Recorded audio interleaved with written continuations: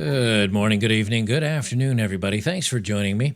I would have started around 8, but I was still building this thumbnail. I don't even know if I can show this thumbnail on YouTube. They're so sensitive over there. I might have to make this into a black and white photo because it has the red juice on it. And I don't know what YouTube does or doesn't let me get away with anymore, but every day it's less and less. Also, for those on YouTube, because I am recording this, you're not seeing it live.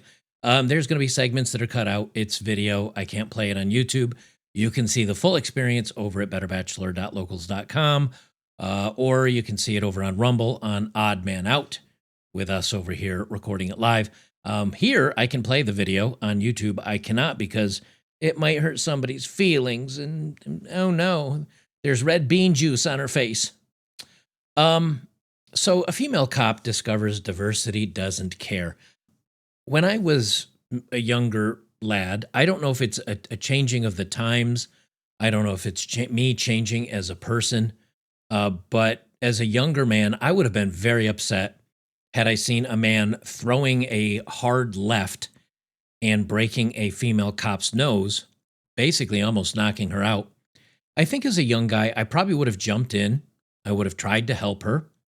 And I think I would have been very upset at the society we were in when people are just taking pot shots and swings at female cops. I don't know if society has changed or I've changed. Maybe it's a little bit of both.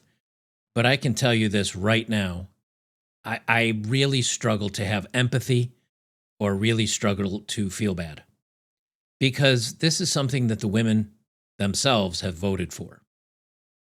Now today, I see something like this happen, and the first thing that goes through my mind is, well, you're 5'6", maybe 120 pounds.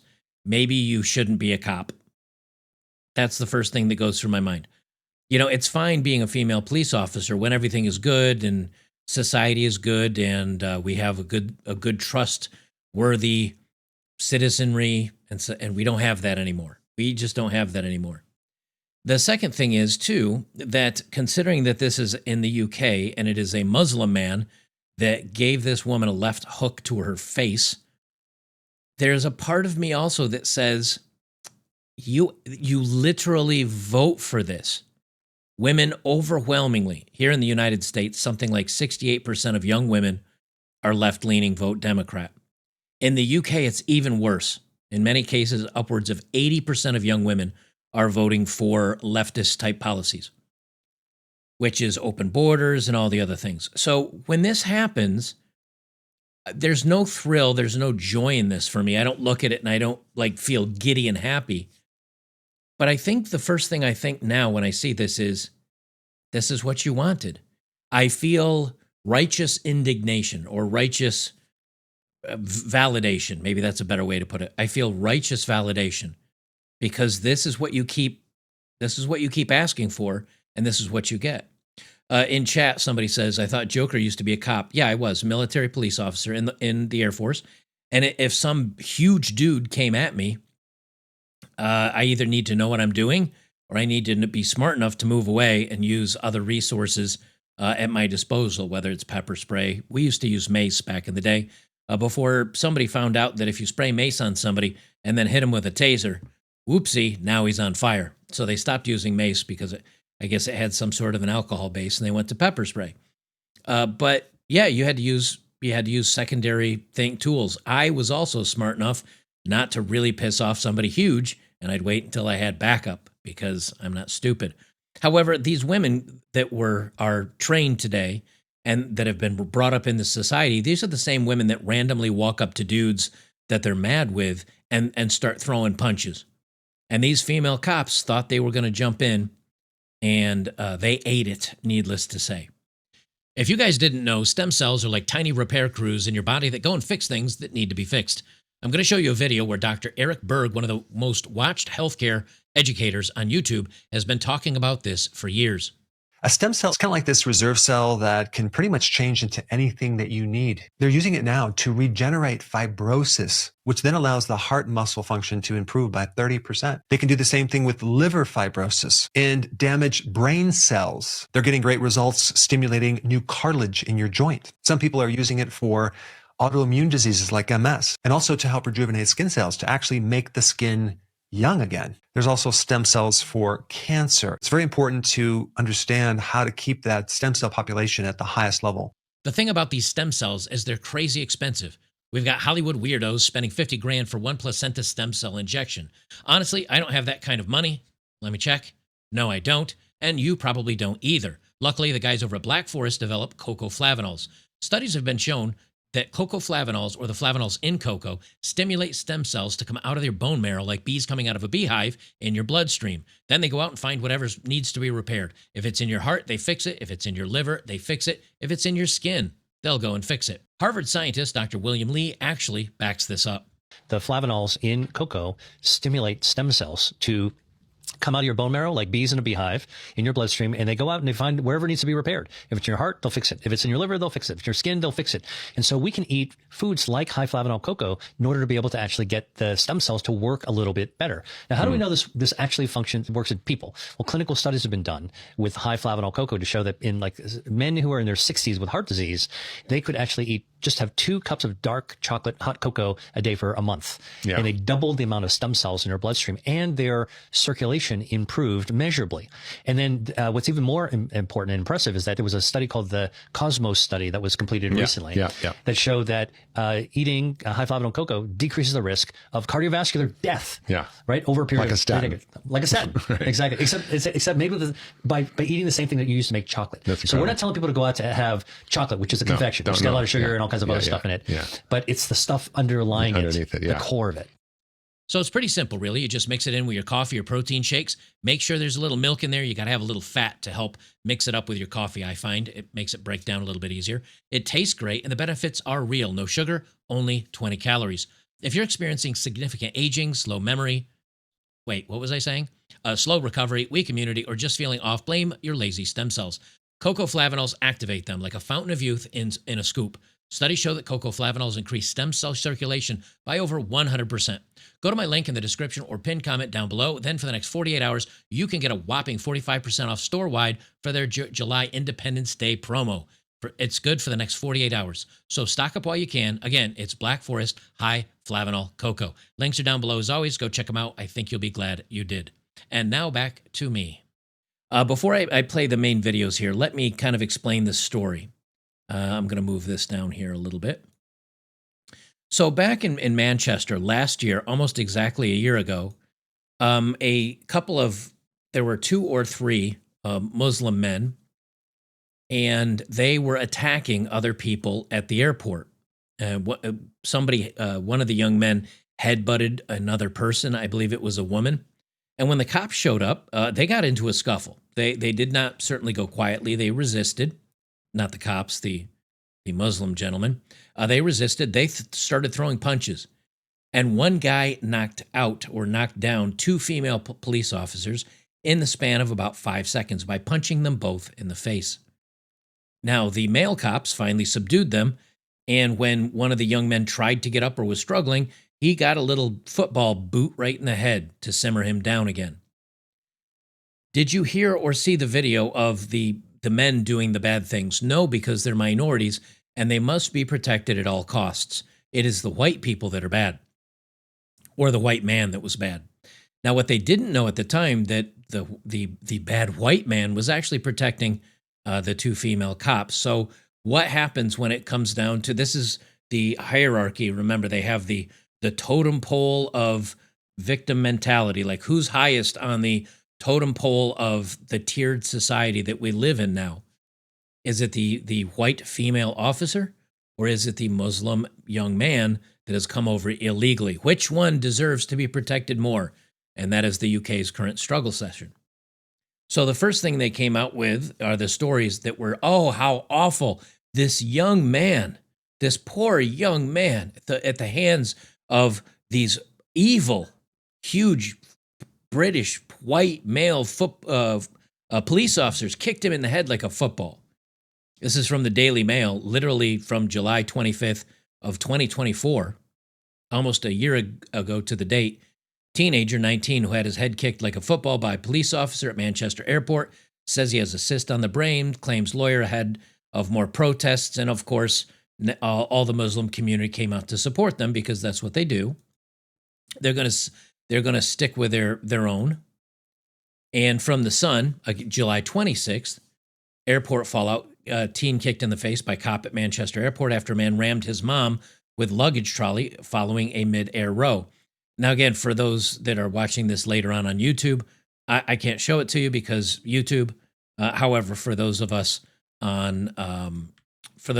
here on Rumble and Locals, we'll look at this. Is the video that was released by the activists showing what the cops did. And so, of course, what was the first thing they did? From July 26th, literally one day after this incident happened, UK police officer under criminal investigation over Manchester Airport incident. Before they reviewed the body cams, before they reviewed the incident, before they took a look at the whole story, because of the outrage of the communities, they decided to instantly look at charging the police officers involved in this. Here we are a year later, and now videotape comes out of the body camera on the female officer, one of the other officers, and I believe this is a female that's wearing this, showing the woman that got punched. I'm going to, for those on YouTube again, since I can't play it, we'll just give you a nice little freeze frame here. You can see she's got a broken nose. She's very upset, and she's crying, and she's basically got a busted nose, and she's got the bean juice all over her face. For the rest of us who are going to watch this, obviously, and I'll get to my point in a minute, but I want to give this lead up. This is from Carl Benjamin. He says terrible. I want to give this lead up because this is the story. This is the whole point, and that the women overwhelmingly, both here in the United States and abroad, in the UK, in France, and in all these countries, are overwhelmingly left-leaning. They overwhelmingly vote that females should be able to be cops and females should be able to do everything a man can do, and women are just as good as men. And then they get the absolute shit kicked out of them. And then they're like, oh my gosh, I can't believe this happened. Well, yeah, it does happen. Except when it happens to men, no one pays attention. When it happens to men, well, a man can't sit here crying on video because he got a broken nose and he's got blood coming out of his face because the bad guy might be doing something awful. The men are on cleanup duty for these female cops that are no good at their jobs. You know, a big part of policing is being able to handle physical altercation, especially when you're dealing with people that have no respect for Western society, no respect for other people, no respect for women. Of course, this is going to happen, but women vote for this. So how do I feel bad when you're screaming to somebody, hey, don't ride that bicycle full speed into that brick wall. You're going to destroy your bicycle and you're going to probably break your face. And they look at you and say, screw you, you misogynistic pig. And then full speed, they ram their bike into a wall. You might not find glee in it, but there is a whole lot of, well, I told you, duh, what did you think was going to happen? And that's really what we're seeing play out in the UK with this. Let me play this video and you'll see reason 7,843 this week of why women shouldn't be police officers. Now, because there's so much of this that are beeped up, she's saying, I think my face is effed, and he effed up my face. Now, is she concerned about the other officers there? No. Did she catch a live round of lead in the leg? No. She may have broken her nose and she got a bloody nose. That is what happened here. And all she's cared about is how pretty she looks. All she cares about is, am I still pretty? Is my face messed up? How do I feel sorry for somebody that does not belong in this line of work? This woman does not belong in this line of work. She is useless. I mean, she could be a ticket maid. Could she be on a back desk somewhere doing investigations, making phone calls? You know, maybe looking into a paper trail that might arrest somebody? Certainly, I think women can be very capable of that. Do they have the strength and the manpower to get on the front lines? No, they don't. And now after this video was released on July 10th of this year, just, a couple days ago, yesterday, I guess, now that this video's been released, all of a sudden, the UK is now changing their tune. Oh no, everybody. We went after the male cops that were involved in this, and we were going to blame them and rope them up and arrest them and charge them with things. But now that we see a female cop has been injured by these men, oh no, these are bad men. We need to go after them. From 12 hours ago, female officer's nose broken in UK airport attack. Court examines body cam footage. Why did you not examine the body cam footage a year ago before you went after the UK police officers, the male officers that were trying to tamp down the bad guys? Why didn't you look at the body cam footage a year ago before you came after them? Only now that a woman's been involved do they say, oh no. British police officer has been described as feeling absolutely terrified after she was punched in the face during the incident at Manchester Airport. Incident happened July 2024. Body cam footage showed in court captured the moment of this happening to the woman. Things escalated very quickly. And it's all about a story about her. It's now about her. And the jury, now, finally, that it's in court, from the BBC, Manchester Airport brawl, CCTV shown to jury. Now, I'm only going to show a still of this to YouTube. But right here, you can see him in the light blue and the police officer in the dark black. Her head is reared back like this because he just delivered a left cross to her nose and completely wiped her out, just dropped her like a stone. And then he turns around and you'll see this other blonde officer down here on the ground because he laid her out.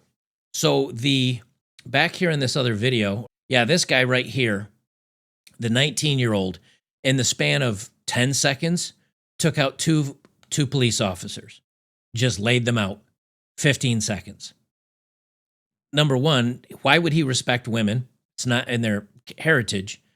And number two, the police are basically ineffectual. They're worthless. They're glorified ticket meter maids. And so she discovers very quickly that when somebody really doesn't want to listen to you, when somebody doesn't care about your feminism, when somebody doesn't care about how you feel about the world, or that all women are strong and brave, you're going to get laid out. And she got laid out. And so did her other female partner, both at the same time. I'm going to go ahead and play this for us over here because we're adults and we can see it. It's one guy versus two women, and he easily overpowers them. And the fallout is her crying and her having a fit and her caring about how she looks. Carl Benjamin over at Akkad Daily. I'm so jealous. I'm so jealous of Sargon of Akkad because his old channel was demonetized. And he started a new channel, and he's already getting more subscribers than me.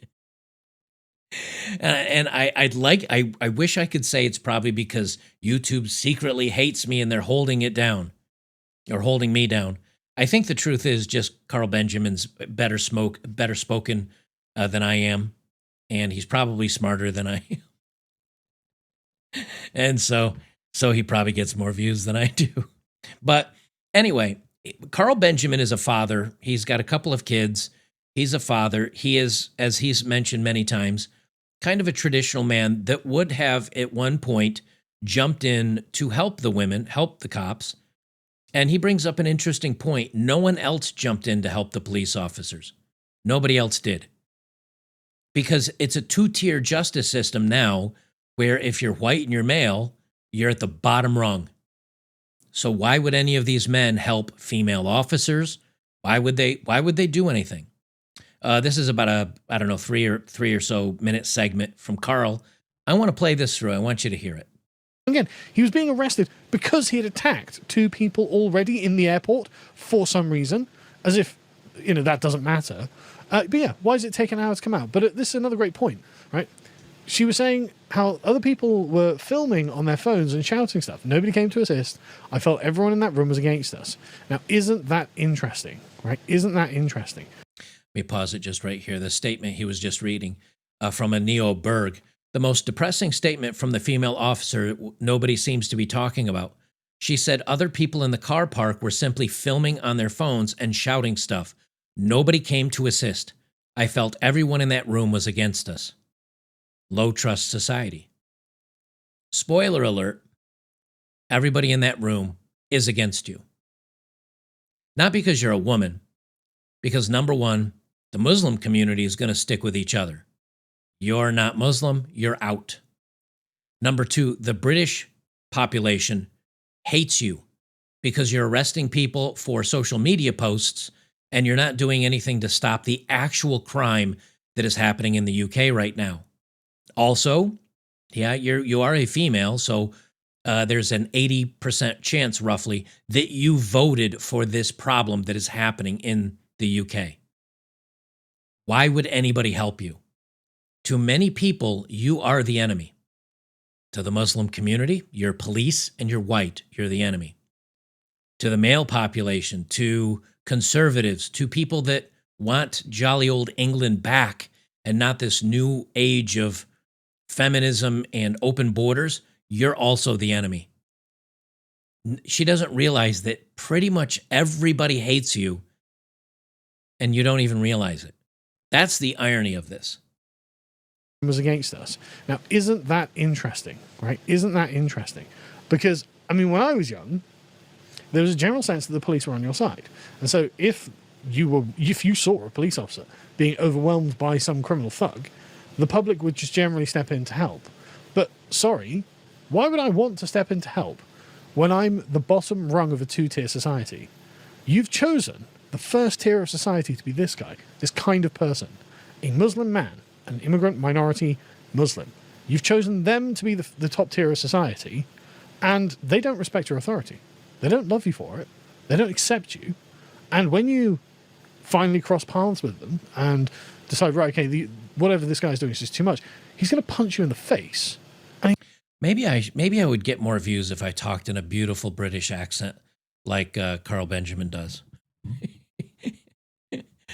Guys, welcome to Better Bachelor. My name is Joker with a face for radio and a voice for print.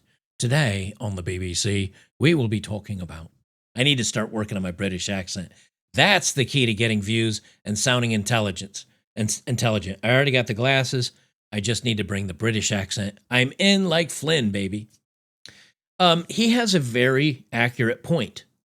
If you have a two-tier society where you're putting the foreign men above, and the foreign women and the foreign children and foreigners that are here illegally, if you're putting them above the native population, and the native population is really the only ones that would watch your back because you're also native and you're also part of the UK and you're white,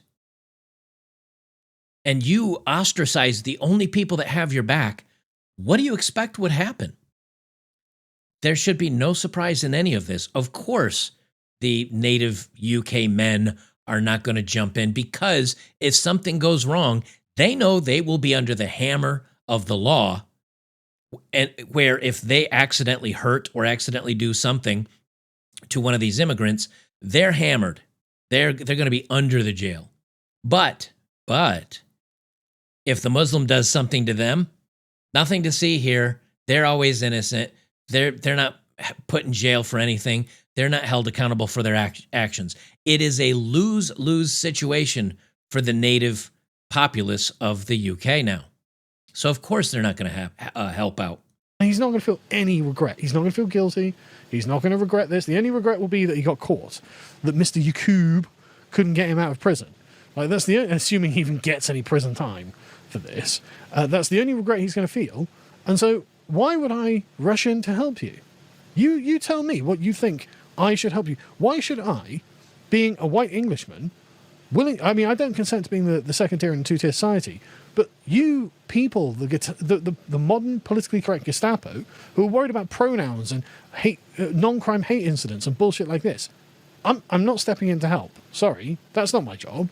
You were assuming that even though you made us second-class citizens, that there would still, and you consent to the government bringing in all of these foreigners, there would still be the high-trust society that you were relying on for your method of policing. That is the reason why females can be police officers. It is the reason why a female can walk up to a car. In most cases, I'd say the vast majority of cases, especially here in the United States, she can come up and say, show me your license, give me your details. You give her the license, you get your ticket, or she asks you to get out of the car because you were doing something wrong. And, maybe it's a female officer. Maybe she does wait for backup depending on the size of the person she's getting ready to arrest. But a high trust society is, I'm going to follow the law.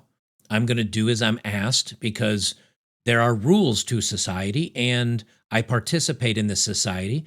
I believe in the system and therefore I will play by the rules of this system. When that goes out the window, it is all hands on deck. When there is no high trust society, it becomes very down and dirty, shall we say. It becomes very rough and tumble. It's very bad times. And this is an instance where the high trust society is slowly being lost, if not gone, in the UK, in Germany, in France, in Sweden, in at least the major cities. Now, maybe out in the countryside, things are still going okay. But in the major cities, it is not a high trust society anymore. It is very low trust, where neighbors hate each other, where people hate each other, where everything is a protest, everything is a riot, everything is destruction, everything is crime. When you're in that type of society, you cannot be a 5'4", 115-pound police officer. Very, very bad things will happen to you. Now, here in the United States, it's dangerous for police, all police, because of our Second Amendment rights, and we can carry, but they also carry. And that's a great equalizer for a female cop. Now, unfortunately, female police officers often here in the United States revert to that, which should be the last line of defense. They revert to that as their first or second line of defense because they're so easily flustered and scared. And that's one of the reasons why I don't think women should be police officers in the United States. But over in the UK, they do not have that line of defense. They might have some pepper spray, they might have a baton, and they might have a taser. But in many instances, that doesn't work, especially when you come up to the back behind one of these guys like they did and just start grabbing on him. If he turns around and grabs you and slams you to the pavement, or as he did in this case, comes right across your nose with a left cross, there's no moment for pepper spray. There's no moment for a stun baton or a taser. There's no moment for a baton. It is night time for you. And when it comes from a 19-year-old thin guy, it's much different than coming against a guy that's probably 6'2", 6'3", 230 pounds. That's why so many of these cops are big dudes. And yeah, we make fun of them because they're fat here in the United States and they can't run very far. But if you're trying to arrest somebody and you trip them up and get them on the ground and you're a 300-pound guy, you could lay on some people and you've got a very good chance of just holding them to the ground without much wrestling or muscle, just using your sheer girth to hold them down.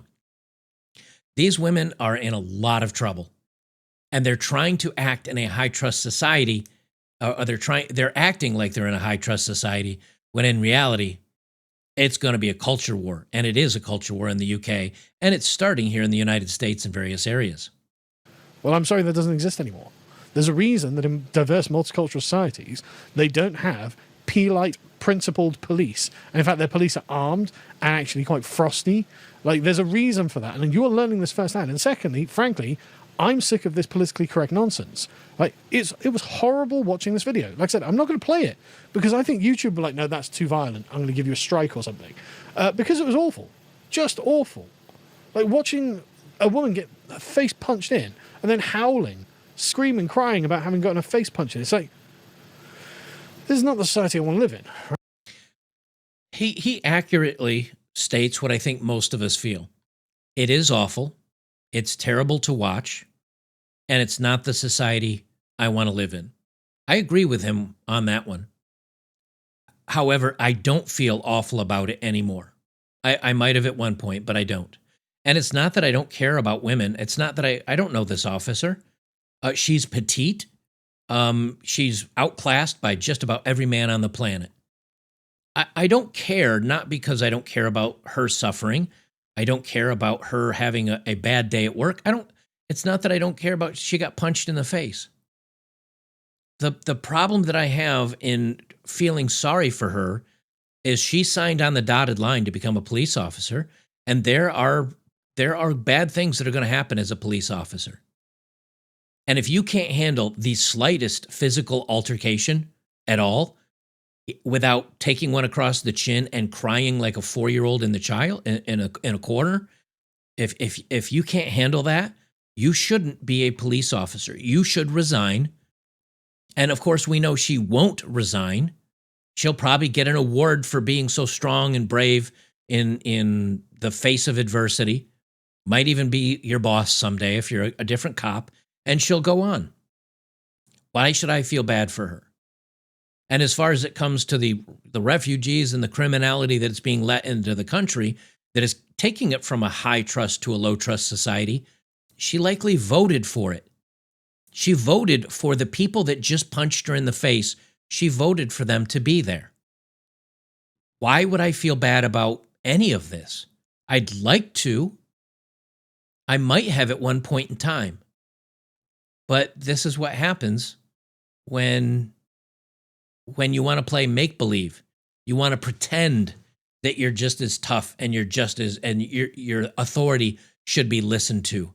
Women only have authority because it's been given to them by men. Because if men said, that's it, women don't have any authority anymore, we could take it back easily.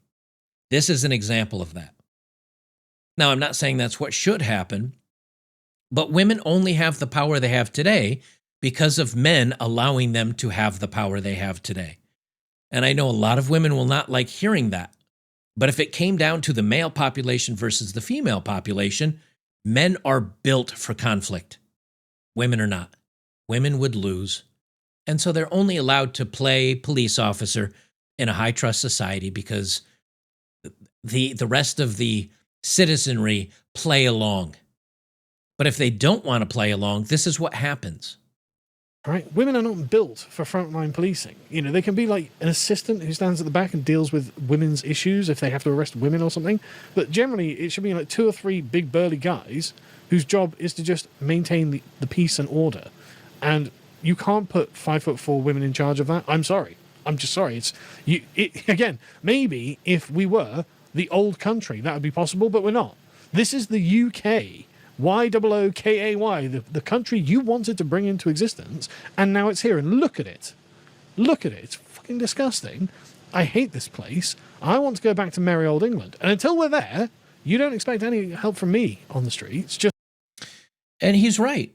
You know, he says, I want to go back to merry old England.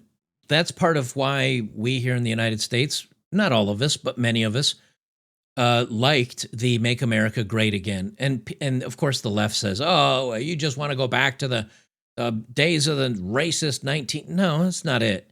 We want to go back where it was a high-trust society. A high-trust society means people obey the law because they have faith in the system. They appreciate their neighbors. They care about humanity and their fellow citizen. We don't have that anymore. Everybody is becoming narcissistic, shallow, selfish, and it is no longer a high-trust society. Of all the societies I've ever seen and encountered firsthand is Japan. South Korea was pretty good, but Japan was superior. People were respectful. People were polite. When I rode on the subways over there, it was dead silent. There weren't people whispering or talking. That was considered rude because you're forced to be around other people. No one took a phone call. They used headphones to listen to music or whatever they were doing. It was all you heard was the subway cars just chunking along, or the train cars chugging along. Tokyo also has this really interesting thing where if you look on the streets, it's mostly for cars. Like, you don't see a lot of people walking on the street. So when I got in Tokyo, I was really kind of surprised. And it felt kind of very weird. I was like, where is everybody? It feels like a ghost town. Because you just saw a couple cars going around, even at rush hour. There wasn't a ton of traffic. Felt very odd. And so after I had checked into the hostel that I was staying in, they had arrows to shops. And because I was using my camera on my phone to Google Translate everything, because everything was in Japanese. There was no English writing on things. So I just turn on Google Translate with a live translate on my phone, and I'd hold the camera up to signs.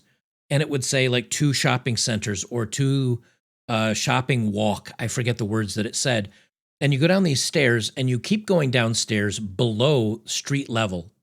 So even if you're on, say, floor 0, ground level, you'd walk into a store, you could shop in that store. And then there's, in the center of that shopping plaza or whatever, there's stairs going down. And I went down those stairs and all of a sudden there's a walk road. It was about as wide as a 3-car highway. So it was about 3 cars wide. I don't know how wide that is. 50 feet? I don't know, 15 meters, I guess. Yeah, 15 meters or 40 feet, something like that. It was very wide. And they had shops, and it looked like a shopping mall, but it was below the city, and everybody walked through there. You could walk miles underneath Tokyo, shopping and seeing all these things, and never once step out into the outside air. It was very cool. And everybody is polite, and everybody is considerate, and that is a high trust society, to the point where if somebody came up to you and said, hey, you've done something illegal, you must wait here for the police to show up, they would expect you and would be surprised if you didn't stand there and wait for the police to show up. That is the type of society they have. That's what people want to go back to, that high trust society. The problem is it just doesn't exist anymore. Okay, we watched the video here. And lastly, I'll at least for this segment, I'll leave it with this. The New York Times, somebody was talking about the fearless woman. And there's an image here, and this is at the New York Stock Exchange, or excuse me, in front of Wall Street. This is in front of Wall Street, and it's the bull. If you know, it's called the Wall Street Bull. And this is a statue that is outside of Wall Street. And this stood outside of Wall Street for a very long time. And some feminist organization came along in 2017 and decided they were going to put a statue of a strong, empowered young lady. And I think the statue is called Fearless or something like that.